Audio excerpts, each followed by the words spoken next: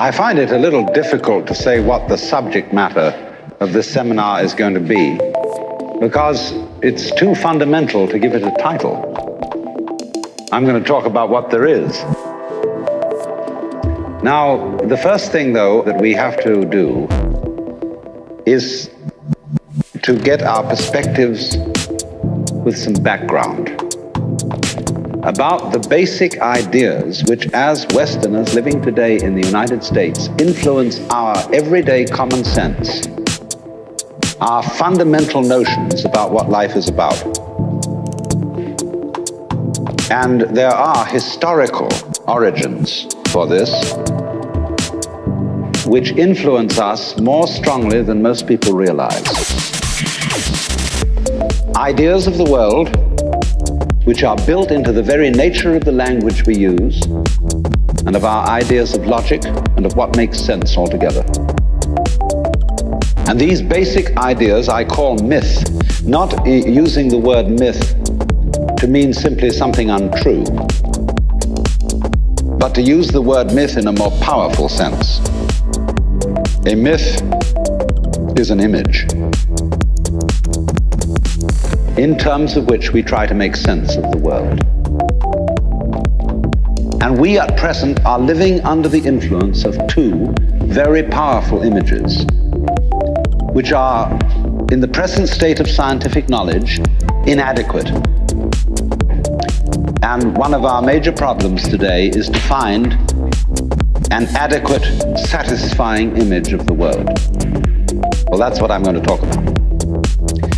And I'm going to go further than that, not only what image of the world to have, but how we can get our sensations and our feelings in accordance with the most sensible image of the world that we can manage to conceive. All right, now, the two images which we have been working under for 2,000 years and maybe more are what I would call two models of the universe, and the first is called the ceramic model, and the second, the fully automatic model. The ceramic model of the universe is based on the book of Genesis, from which Judaism, Islam, and Christianity derive their basic picture of the world. And the image of the world in the book of Genesis is that the world is an artifact. It is made. As a potter takes clay and forms pots out of it, or as a carpenter takes wood and makes tables and chairs out of it. Don't forget, Jesus is the son of a carpenter, and also the Son of God. So the image of God and of the world is based on the idea of God as a technician, potter, carpenter, architect, who has in mind a plan and who fashions the universe in accordance with that plan. So basic to this image of the world is the notion, you see, that the world consists of stuff, basically. Primordial matter, substance, stuff, as pots are made of clay. And the potter imposes his will on it and makes it become whatever he wants. And so in the book of Genesis, the Lord God creates Adam out of the dust of the earth. In other words, he makes a clay figurine, and then he breathes into it, and it becomes alive, because the clay becomes informed. By itself, it is formless. It has no intelligence, and therefore it requires an external intelligence and an external energy to bring it to life and to put some sense into it. And so in this way, we inherit a conception of ourselves as being artifacts, as being made. And it is perfectly natural in our culture for a child to ask its mother, how was I made? Or who made me? And this is a very, very powerful idea But, for example, it is not shared by the Chinese or by the Hindus. A Chinese child would not ask its mother, "How was I made?" A Chinese child might ask its mother, "How did I grow?" Which is an entirely different procedure from making. You see, when you make something, you put it together, you arrange parts, or you work from the outside to the in, as a sculptor works on a stone or as the potter works on clay. But when you watch something growing, it works in exactly the opposite direction. It works from the inside to the outside. It expands, it burgeons, it blossoms, and it happens all over itself at once. In other words, the original simple form, say, of a living cell in the womb, progressively complicates itself. And that's the growing process, and it's quite different from the making process. And so there is, for that reason, a fundamental difference between the made and the maker. And this image, this ceramic model of the universe, originated in cultures where the form of government was monarchical,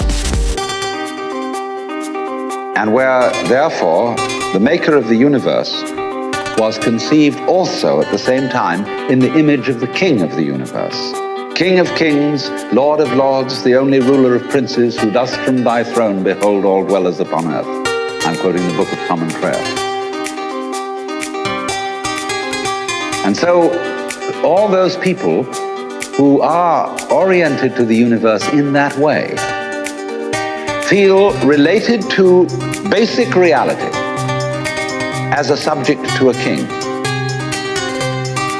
And so they are on very, very humble terms in relation to whatever it is that works all this thing. I find it odd in the United States that people who are citizens of a republic have a monarchical theory of the universe. Because we are carrying over from very ancient Near Eastern cultures the notion that the Lord of the universe must be respected in a certain way. People kneel, people bow, people prostrate themselves. Because, and you know what the reason for all that is, that nobody is more frightened of everybody else than a tyrant. He sits with his back to the wall, and his guards on either side of him. And he has you face downwards on the ground because you can't use weapons that way. When you come into his presence, you don't stand up and face him because you might attack. And he has reason to fear that you might, because he's ruling you all. And the man who rules you all is the biggest crook in the bunch, because he's the one who's succeeded in crime. The other people are pushed aside because the criminals, the people we lock up in jail, are simply the people who didn't make it. So naturally, the real boss sits with his back to the wall and his henchmen on either side of him. And so when you design a church, what does it look like? Catholic church with the altar as it used to be. It's changing now because the Catholic religion is changing. But the Catholic church has the altar with its back to the wall at the east end of the church.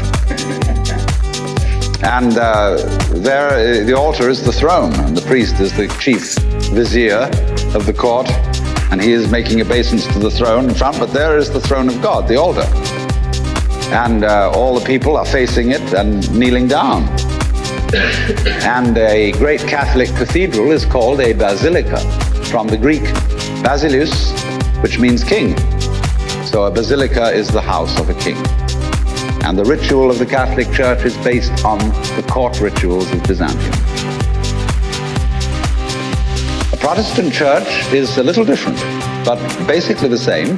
The furniture of a Protestant church is based on a judicial courthouse. The pulpit, the judge in an American court wears a black robe. He wears exactly the same dress as a Protestant minister. And everybody sits in these boxes. Like there's a jury box, there's a box for the judge, there's a box for this, a box for that, and those are the pews. in an ordinary kind of colonial-type Protestant church. So both these kinds of churches, which have an autocratic view of the nature of the universe, decorate themselves, are architecturally constructed in accordance with political images of the universe. One is the king and the other is the judge, Your Honor. There's sense in this. When in court you have to refer to the judge as Your Honor, it stops the people engaged in litigation from losing their tempers and getting rude. There's a certain sense to that. But when you want to apply that image to the universe itself, to the very nature of life, it has limitations. For one thing, the idea of a difference between matter and spirit. This idea doesn't work anymore. Long, long ago, physicists stopped asking the question, what is matter? They began that way. They wanted to know, what is the fundamental substance of the world? And the more they asked that question, the more they realized they couldn't answer it. Because if you're going to say what matter is, you've got to describe it in terms of behavior. And that is to say, in terms of form, in terms of pattern. You tell what it does. You describe the smallest shapes of it that you can see. Atoms, electrons, protons, mesons, all sorts of subnuclear particles. But you never arrive at the basic stuff. Because there isn't any. What happens is this: stuff is a word for the world as it looks when our eyes are out of focus, fuzzy. Stuff, the idea of stuff is that it's undifferentiated, it's some kind of a goo. And when your eyes are not in sharp focus, everything looks fuzzy. When you get your eyes into focus, you see a form, you see a pattern. And so all that we can talk about is patterns. So the picture of the world in the most sophisticated physics of today is not formed stuff, potted clay, but pattern. A self-moving, self-designing pattern, a dance. And we haven't yet, our common sense as individuals hasn't yet caught up with this. Well now, in the course of time, in the evolution of Western thought, the ceramic image of the world ran into trouble and changed into what I call the fully automatic model or image of the world. In other words, Western science was based on the idea that there are laws of nature. And it got that idea from Judaism and Christianity and Islam. That, in other words, the potter, the maker of the world, in the beginning of things, laid down the laws. And the law of God, which is also the law of nature, it's called the Logos. And in Christianity, the Logos is the second person of the Trinity, incarnate as Jesus Christ, who thereby is the perfect exemplar of the divine law.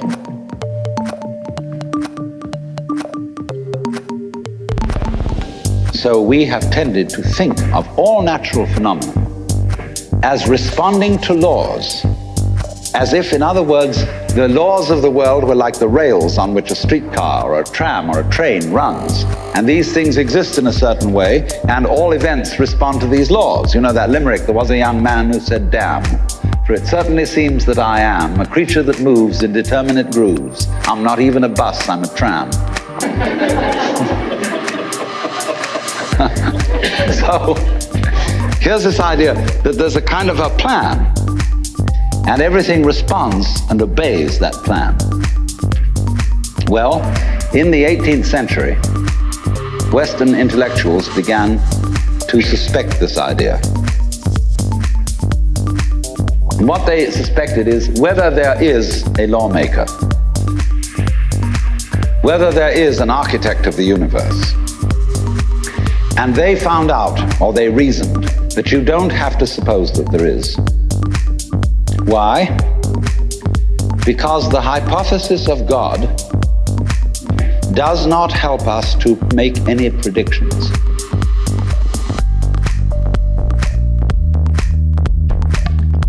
In other words, let's put it this way. If the business of science is to make predictions about what's going to happen, science is essentially prophecy. What's going to happen? By studying the behavior of the past and describing it carefully, we can make predictions about what's going to happen in the future. That's really the whole of science.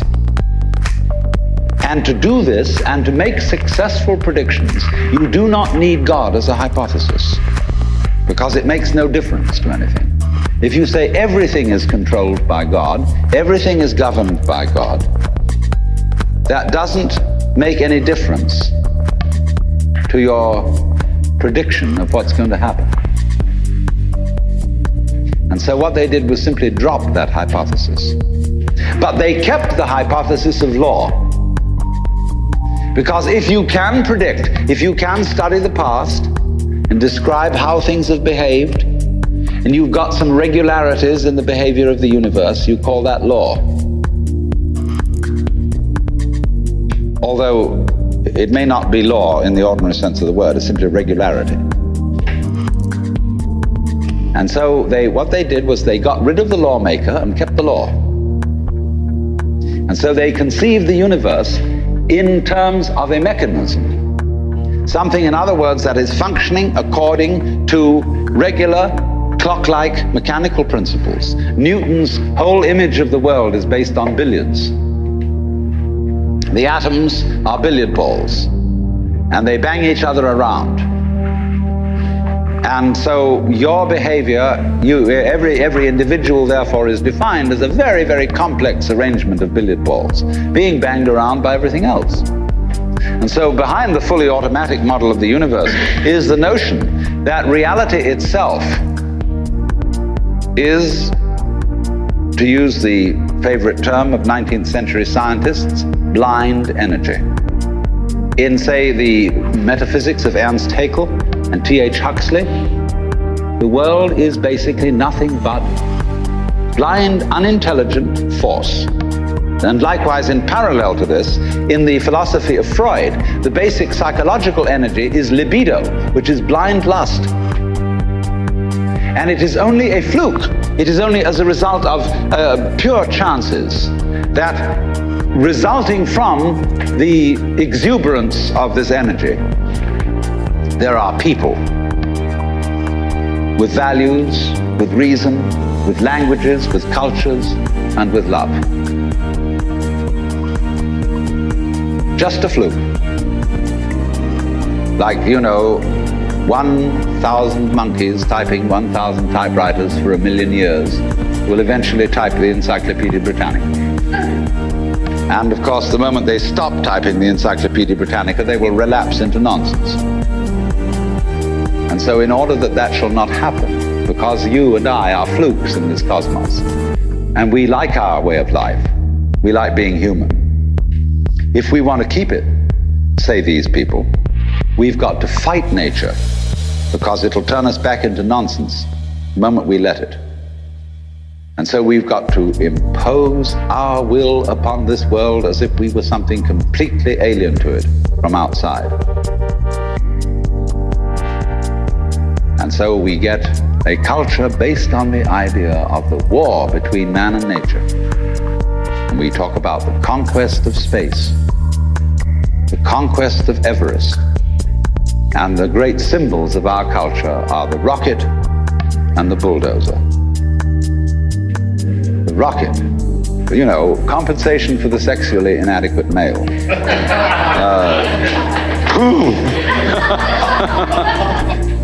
So we're going to conquer space.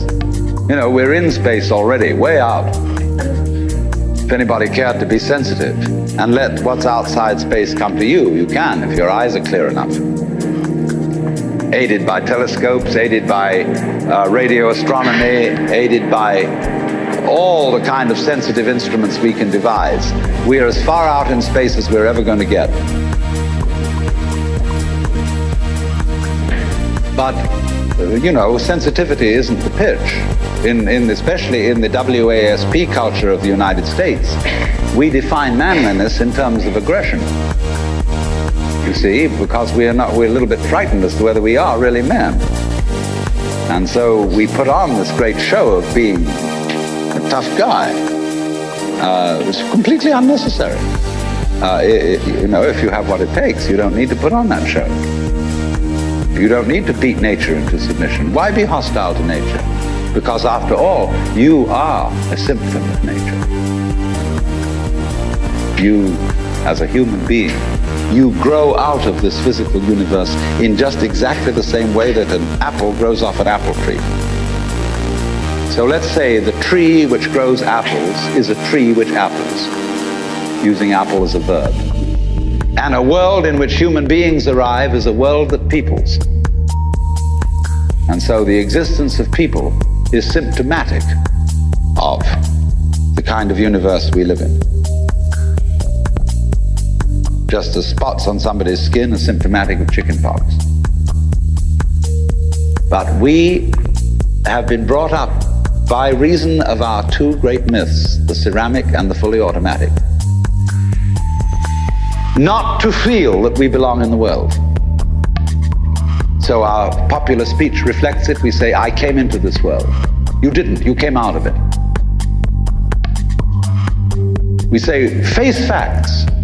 We talk about encounters with reality, as if it was a head-on meeting of completely alien agencies, and the average person has the sensation that he is a somewhat that exists inside a bag of skin, a center of consciousness, which looks out at this thing, and what the hell's it going to do to me?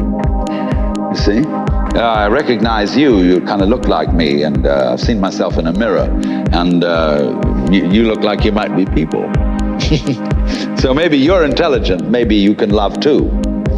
And perhaps you're all right. Some of you are anyway. If you've got the right color of skin, or you have the right religion, or whatever it is, you're okay. But there are all those people over in Asia, Africa, and they may not really be people. When you want to destroy someone, you always define them as unpeople. Not really human. Monkeys, maybe, idiots, maybe, machines, maybe, but not people. But we have this hostility to the external world because of the superstition, the myth, the absolutely unfounded theory that you yourself exist only inside your skin. Now, I want to propose another idea altogether.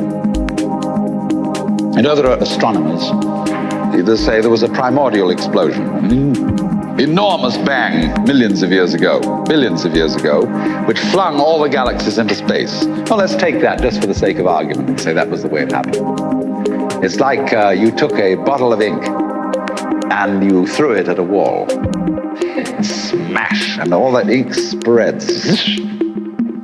And in the middle, it's dense, isn't it? And as it gets out on the edge, the little droplets are finer and finer and make more complicated patterns. See? So in the same way, there was a big bang in the beginning of things, and it spread. And you and I, sitting here in this room, as complicated human beings, are way, way out on the fringe of that bang. We're the complicated little patterns on the end of it. Very interesting. But so we define ourselves as being only that. If you think that you are only inside your skin, you define yourself as one very complicated little curlicue, way out on the edge of that explosion, way out in space and way out in time. Billions of years ago, you were a big bang. But now you're a complicated human being. And then we cut ourselves off, like this, and don't feel that we're still the big bang. But you are. Depends how you define yourself. You are actually, if this is the way things started, if there was a Big Bang in the beginning, you're not something that is a result of the Big Bang on the end of the process. You are still the process. You are the Big Bang, the original force of the universe coming on as whoever you are. See, when I meet you, I see not just what you define yourself as, Mr. So-and-so, Miss So-and-so, Mrs. So-and-so. I see every one of you as the primordial energy of the universe coming on at me in this particular way. I know I'm that too. But we've learned to define ourselves as separate from it. And so what I would call a kind of a basic problem we've got to go through first is to understand that there are no such things as things. That is to say, separate things or separate events. That is only a way of talking. And if you can understand this, you're going to have no further problems. I once asked a group of high school children, what do you mean by a thing? And first of all, they gave me all sorts of synonyms. They said it's an object, which is simply another word for a thing. It doesn't tell you anything about what you mean by a thing. Finally, a very smart girl from Italy who was in the group said a thing is a noun. And she was quite right. A noun isn't a part of nature, it's a part of speech. There are no nouns in the physical world. There are no separate things in the physical world either. See, the physical world is wiggly. The clouds, mountains, trees, people are all wiggly. And only when human beings get working at things, they build buildings in straight lines and try and make out that the world isn't really wiggly. But here are we sitting in this room all built on straight lines, but each one of us is as wiggly as all get out. Now then, when you want to get control of something that wiggles, it's pretty difficult, isn't it? You try and pick up a fish in your hands, and the fish is wiggly and it slips out. What do you do to get hold of the fish? You use a net. And so the net is the basic thing we have for getting hold of the wiggly world. And so if you want to get hold of this wiggle, you've got to put a net over it. And I can number the holes in a net. So many holes up, so many holes across. And if I can number these holes, I can count exactly where each wiggle is in terms of a hole in that net. And that's the beginning of calculus, the art of measuring the world. But in order to do that, I've got to break up the wiggle into bits. And I've got to call this a specific bit, and this the next bit of the wiggle, and this the next bit, and this the next bit of the wiggle. And so these bits are things or events.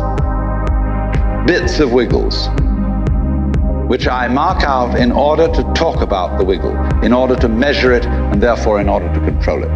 But in nature, in fact, in the physical world, the wiggle isn't bitted. Like you don't get a cut-up fryer out of an egg. But you have to cut the chicken up in order to eat it. You bite it. But it doesn't come bitten. So the world doesn't come thinged. It doesn't come evented. You and I are all as much continuous with the physical universe as a wave is continuous with the ocean. The ocean waves, and the universe peoples.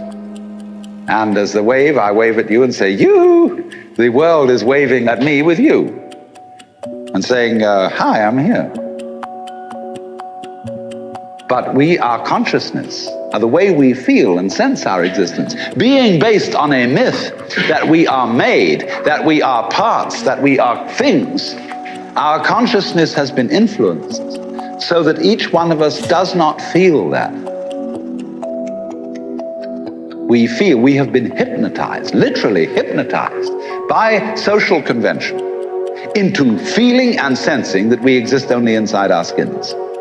That we are not the original bang, but just something out on the end of it. And therefore we are scared stiff. Because my wave is going to disappear. And I'm going to die. And that would be awful. We've got a mythology going now, which, as Father Maskell put it, we're nothing but something that happens between the maternity ward and the crematorium. And that's it. And therefore, everybody feels unhappy and miserable. You know, this is what people really believe today. You may go to church, you may say you believe in this, that, and the other, but you don't. Even Jehovah's Witnesses, who are the most fundamentalists, they're polite when they come round and knock at the door. But if you really believed in Christianity, you'd be screaming in the streets. But nobody does. You'd be taking full-page ads in the paper every day. You'd have the most terrifying television programs. The churches would be going out of their minds if they really believe what they teach. But they don't. They think they ought to believe what they teach. They believe they should believe, but they don't believe it, because what we really believe is the fully automatic model. And that is our basic, plausible common sense. You are a fluke. You are a separate event. And you run from the maternity ward to the crematorium, and that's it, baby. That's it. Now, why does anybody think that way? There's no reason to, because it isn't even scientific. It's just a myth. And it's invented by people who wanted to feel a certain way. They want to play a certain game. See, the game of God got embarrassing. The idea of God as the potter, the architect of the universe, is good. And it makes you feel that life is, after all, important. There is someone who cares. It has meaning, it has sense, and you are valuable in the eyes of the Father. But after a while, it gets embarrassing. And you realize that everything you do is being watched by God. He knows your tiniest, inmost feelings and thoughts, and you say after a while, quit bugging me. I don't want you around. So you become an atheist, just to get rid of it. Then you feel terrible after that, because you got rid of God, but that means you got rid of yourself. You're just nothing but a machine. And your idea that you're a machine is just a machine too. So if you're a smart kid, you commit suicide. Camus said there is only really one serious philosophical question, which is whether or not to commit suicide. I think there are 4 or 5 serious philosophical questions. The first one is, who started it? The second is, are we going to make it? The third is, where are we going to put it? The fourth is, who's going to clean up? And the fifth, is it serious? But still, should you or not commit suicide? This is a good question. Why go on? And you only go on if the game is worth the candle. Now, the universe has been going on for an incredible long time. And so really, a satisfactory theory of the universe has to be one that's worth betting on. It seems to me, absolutely elementary common sense. If you make a theory of the universe which isn't worth betting on, why bother? Just commit suicide. But if you want to go on playing the game, you've got to have an optimal theory for playing the game. Otherwise, there's no point in it. But the people who coined the fully automatic theory of the universe were playing a very funny game. What they wanted to say was this: all you people who believe in religion are old ladies and wishful thinkers. You've got a big daddy up there and you want to comfort and thing, but life is rough. Life is tough. And success goes to the most hard-headed people. That was a very convenient theory when the European American world was colonizing the natives everywhere else. He said, we are the end product of evolution, and we're tough. See, I'm a big, strong guy because I face facts, and life is just a bunch of junk, and I'm going to impose my will on it and turn it into something else, you see. And I'm real hard. See, that's a way of flattering yourself. And so it has become academically plausible and fashionable that this is the way the world works. In academic circles, no other theory of the world than the fully automatic model is respectable. Because if you're an academic person, you've got to be an intellectually tough person. You've got to be prickly. There are basically two kinds of philosophy. One's called prickles, the other's called goo. And prickly people are precise, rigorous, logical. They like everything chopped up and clear. Goo people like it vague. For example, in physics, prickly people believe that the ultimate constituents of matter are particles. Goo people believe it's waves.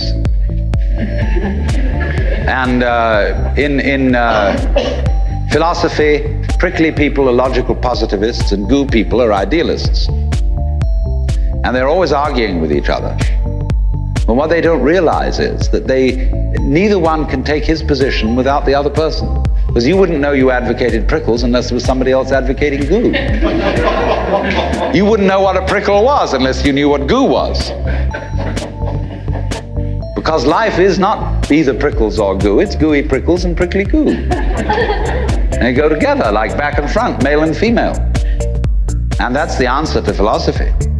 See, I'm a philosopher, and I'm not going to argue very much, because if you don't argue with me, I don't know what I think. So if we argue, I say thank you, because going to the courtesy of your taking a different point of view, I understand what I mean, so I can't get rid of you. But however, you see, this whole idea that the universe is just nothing at all but unintelligent force playing around, not even enjoying it, is a put-down theory of the world. People who had an advantage to make, a game to play by putting it down and making out that because they put the world down, they were a superior kind of people. So that just won't do. We've had it. Because if you seriously go along with this idea of the world, you're what is technically called alienated. You feel hostile to the world. You feel that the world is a trap. It is a mechanism, it's electronic and neurological mechanisms into which you somehow got caught.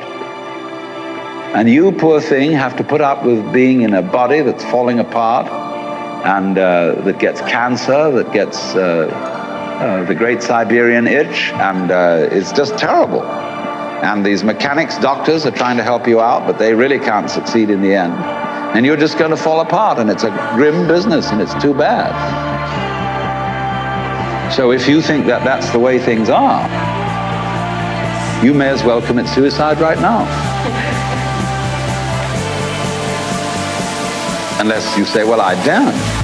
Because there really, after all, there might be eternal damnation in the back of the thing if I did that.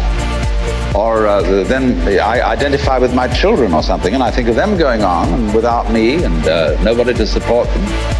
But of course, if I do go on in this frame of mind and continue to support them, I shall merely teach them to be like I am. And they'll go on dragging it out to support their children, and they won't enjoy it, and they'll be afraid to commit suicide, and so will their children. They all learn the same lesson.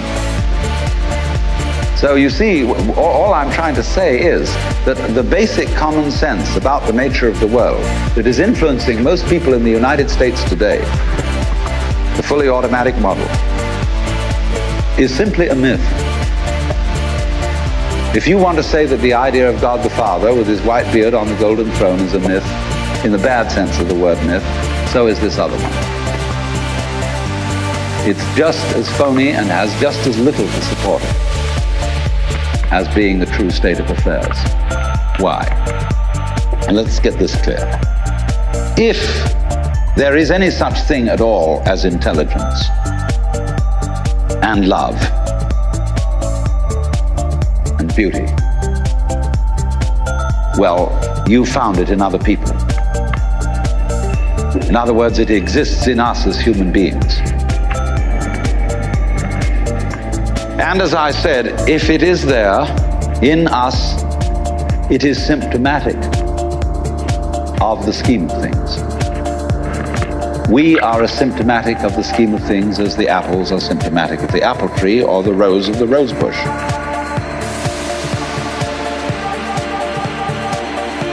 The earth is not a big rock infested with living organisms, any more than your skeleton is bones infested with cells. The earth is geological, yes, but this geological entity grows people. And our existence on the earth is a symptom of the solar system and its balances, as much as the solar system in turn is a symptom of our galaxy. And our galaxy in its turn is a symptom of the whole company of galaxies. Goodness only knows what that's in. But you see, when as a scientist you describe the behavior of a living organism, you try to say what a person does. It's the only way in which you can describe what a person is. Describe what they do. Then you find out that in making this description, you cannot confine yourself to what happens inside the skin. In other words, you can't talk about a person walking unless you start describing the floor. Because when I walk, I don't just dangle my legs in empty space. I move in relationship to a room. And so in order to describe what I'm doing when I'm walking, I have to describe the room. I have to describe the territory.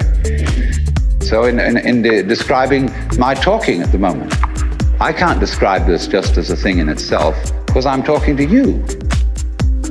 And so what I'm doing at the moment is not completely described unless your being here is described also. So if that is necessary, if in other words, in order to describe my behavior, I have to describe your behavior and the behavior of the environment, it means that we've really got one system of behavior. That what I am involves what you are. I don't know who I am unless I know who you are.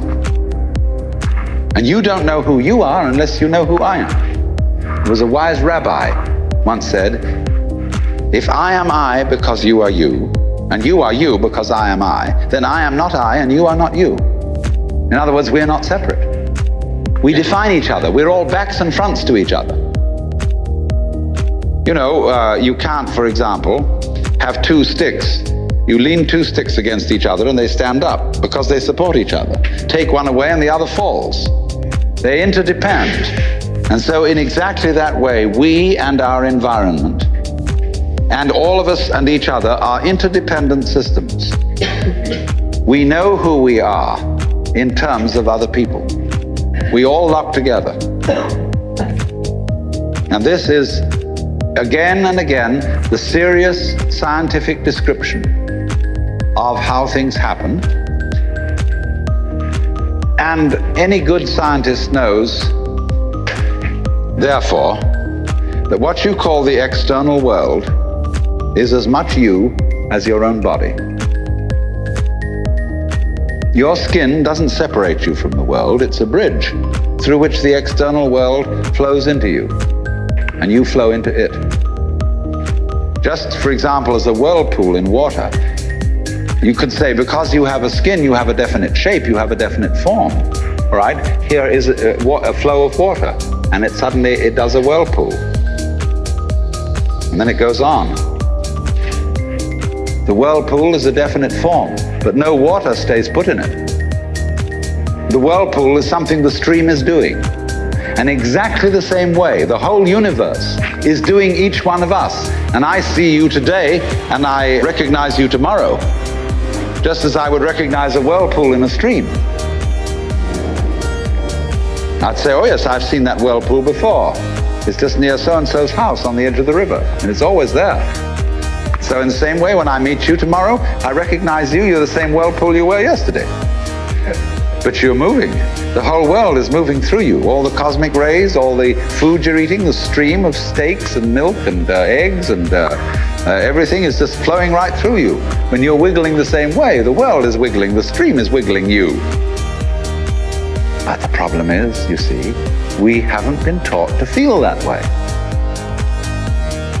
The myths underlying our culture and underlying our common sense have not taught us to feel identical with the universe, but only parts of it, only in it, only confronting it, aliens.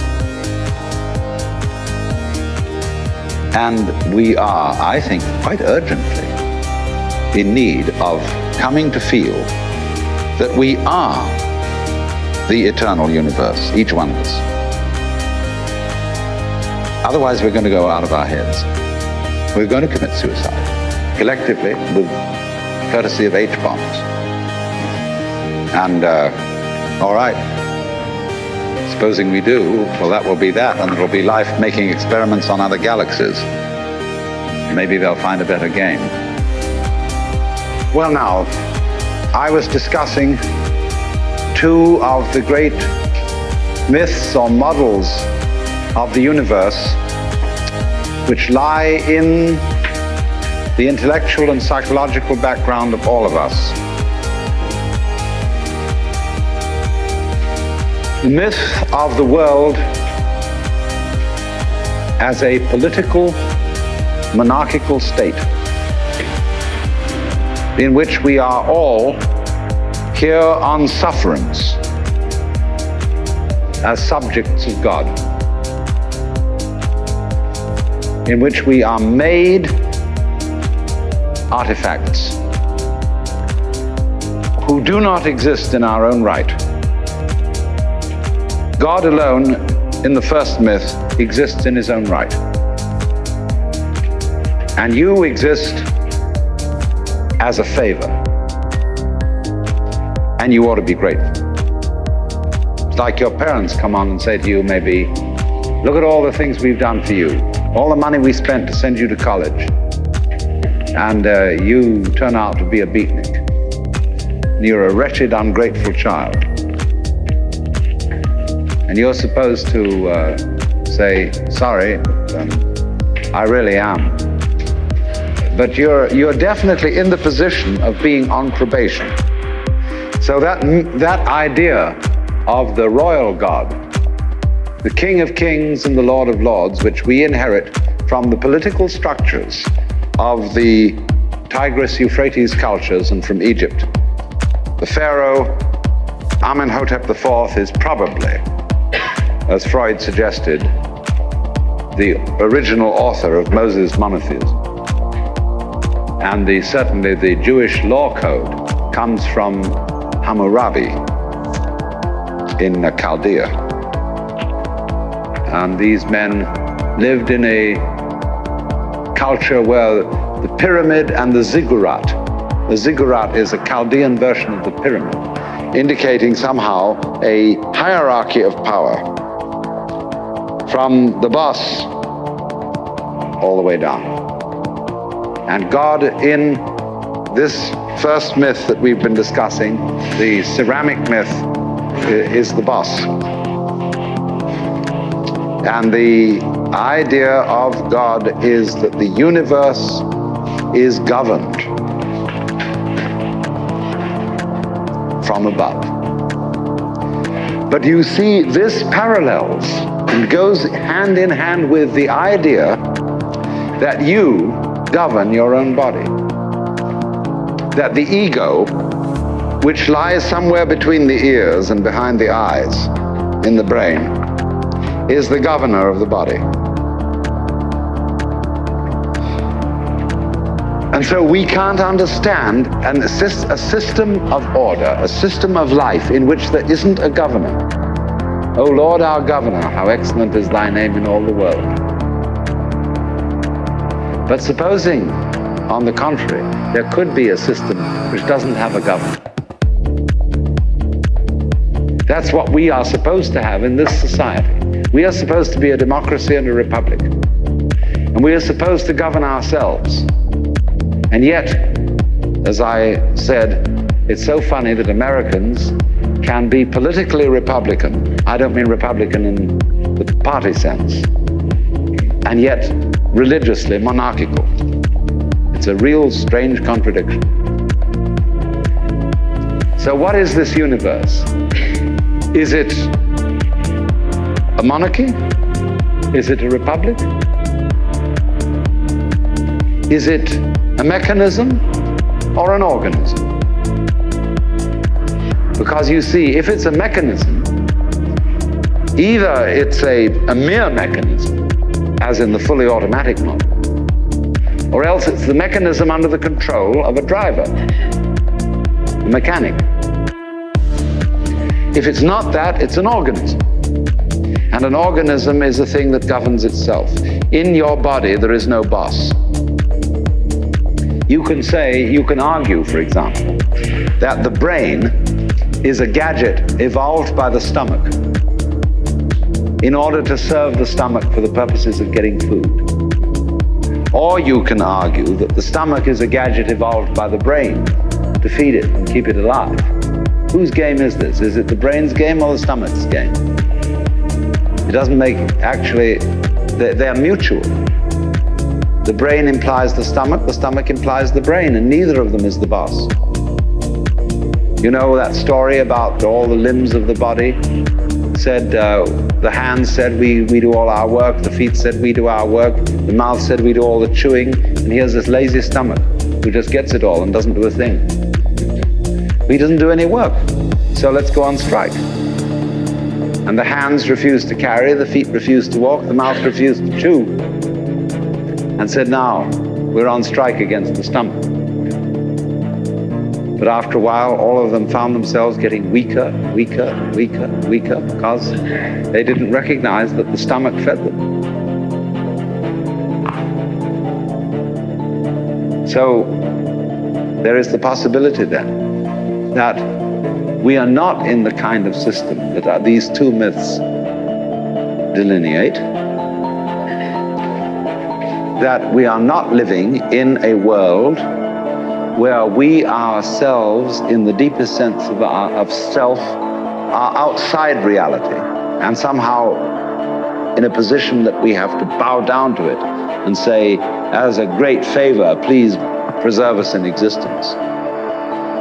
Nor are we in a system which is merely mechanical and in which we are nothing but flukes trapped in the electrical wiring of a nervous system which is fundamentally rather inefficiently arranged.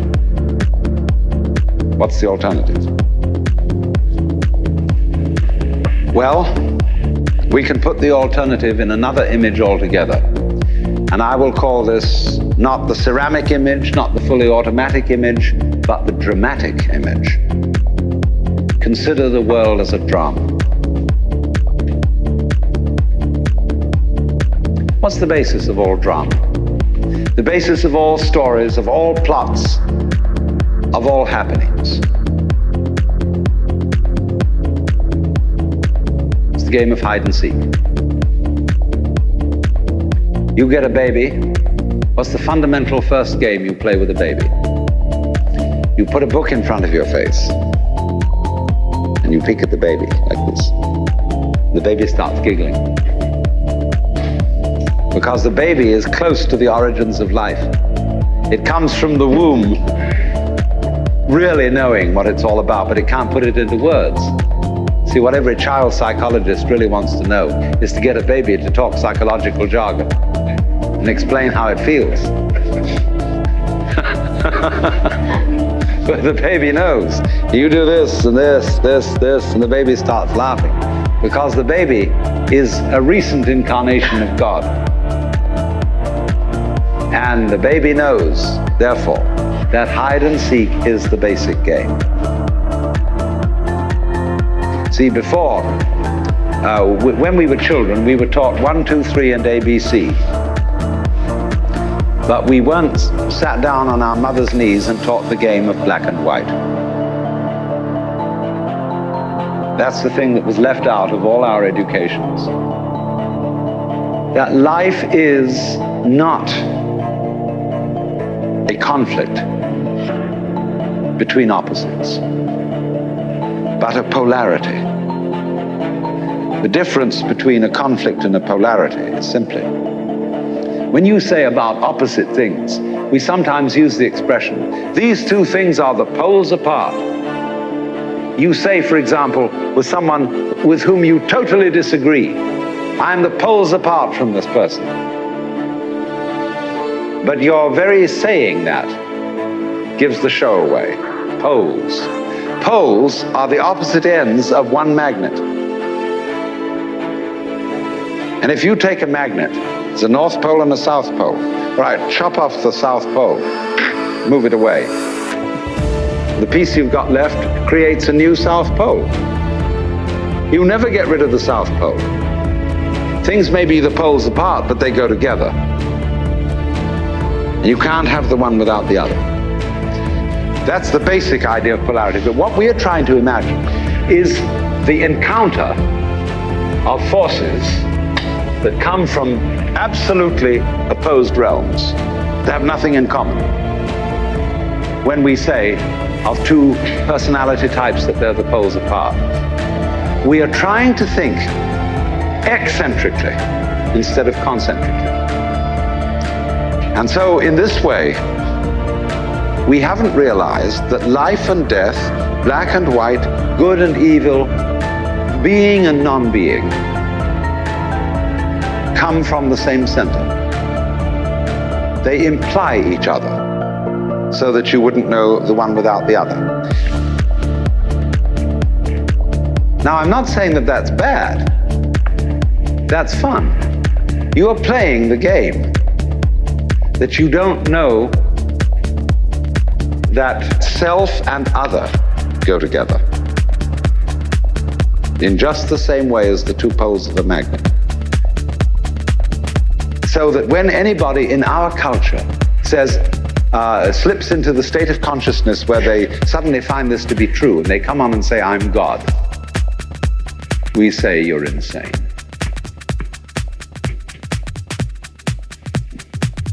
Now, it's very difficult. You can very easily slip into the state of consciousness where you feel you're God. It can happen to anyone. Just in the same way as you can get the flu or measles or something like that, you can slip into this state of consciousness. When you get it, it depends upon your background and your training as to how you're going to interpret it. If you've got the idea of God that comes from popular Christianity, God as the governor, the political head of the world, and you think you're God, then you say to everybody, well, you should bow down and worship me. But if you're a member of Hindu culture and you suddenly tell all your friends, I'm God, instead of saying you're insane, they say, congratulations, at last you found out. Because their idea of God is not the autocratic governor. When they make images of Shiva, say he has 10 arms. How would you use 10 arms? It's hard enough to use 2. You know, if you play the organ, you've got to use your 2 feet and your 2 hands, and you play different rhythms with each member. It's kind of tricky. But actually, we're all masters of this, because how do you grow each hair without having to think about it? Each nerve. How do you beat your heart and digest with your stomach at the same time? You don't have to think about it. In your very body, you are omnipotent in the true sense of omnipotence, which is that you are able to be omnipotent. You are able to do all these things without having to think about it. When I was a child, I used to ask my mother, of course, all sorts of ridiculous questions that every child asks. And when she got bored with my questions, she'd say, darling, there are some things we're just not meant to know. So I said, will we ever know? She said, yes, of course, when we die and go to heaven, God will make everything plain. So I used to imagine that on wet afternoons in heaven, we'd all sit around the throne of grace and say to God, well, now, why did you do this? And how did you do that? And he would explain it to us. Heavenly Father, why are the leaves green? And he would say, because of the chlorophyll. And we'd say, oh.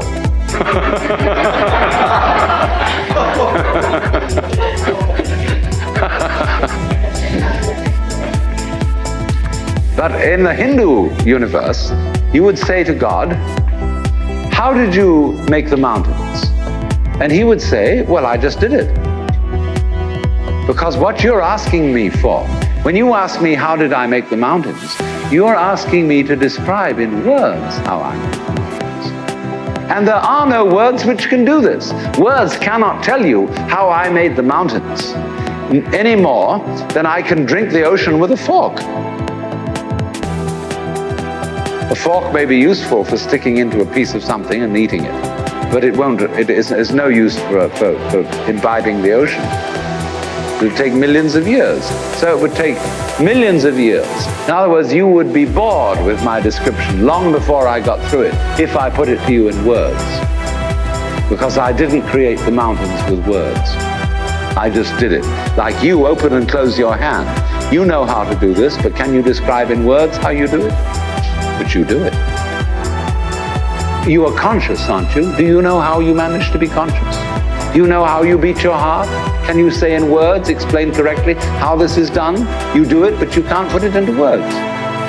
Because words are too clumsy. And yet you manage this exploit for as long as you're able to do it.